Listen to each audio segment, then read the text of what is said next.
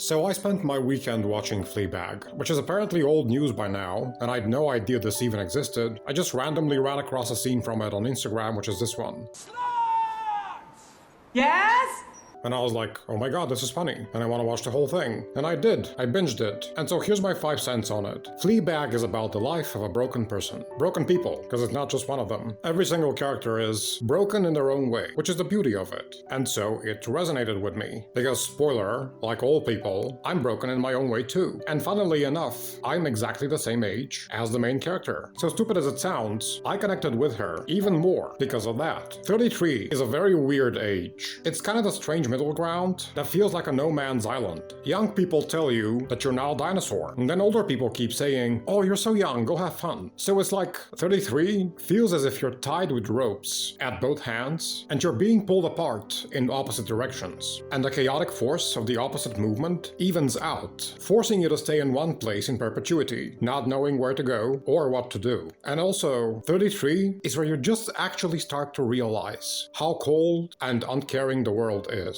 It's the age where people start to say, oh, he's fully adult now, so he should manage. No more help for him, emotionally or otherwise. And it's also the age where you start to think, I don't even want other people's help, emotional or otherwise. Because even if you did try and let someone help you, they can't. Because it feels like people don't understand you and what you need. People don't understand each other anymore. We're each in our own bubble, cut off from the language of the human network. Or at least I am. I can't really speak for others. I feel like I'm in a grave that I'm digging by myself for myself. And if someone were to come to take the shovel out of my hands, I'd be like, fuck off and let me dig my grave. And also go dig yours. I guess what I'm trying to say is, all this is just about mid-age depression, and Fleabag is about that.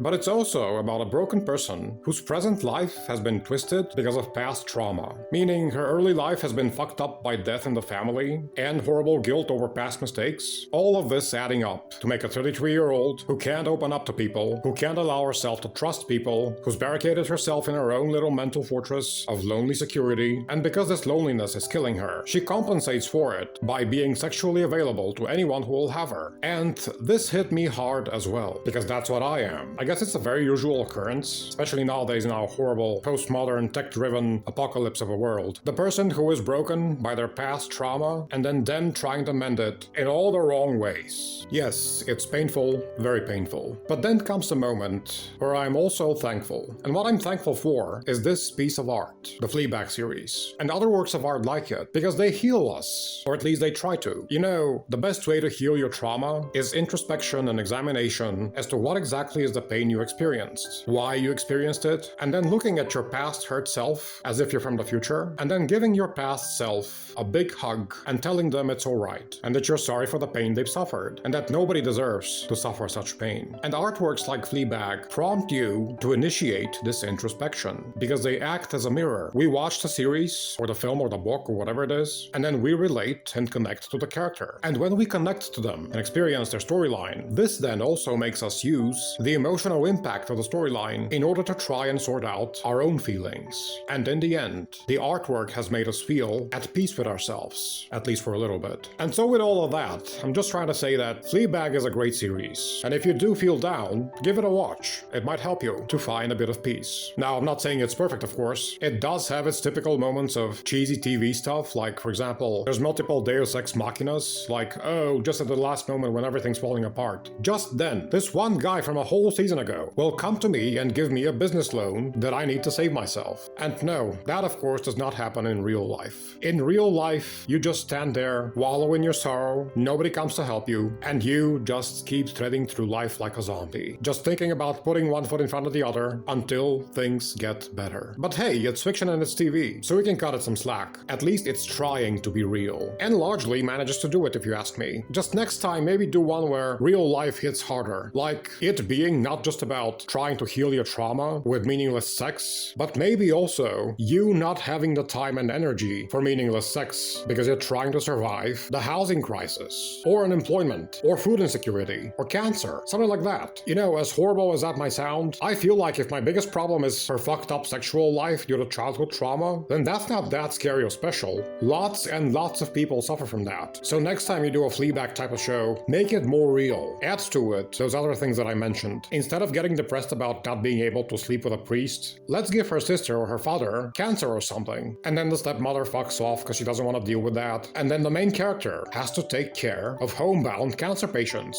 while at the same time having her personal meaningless sex problems. Now that, I feel like, would be way more real. Not as interesting and entertaining to watch maybe, but I'd prefer my art to resemble reality as much as possible.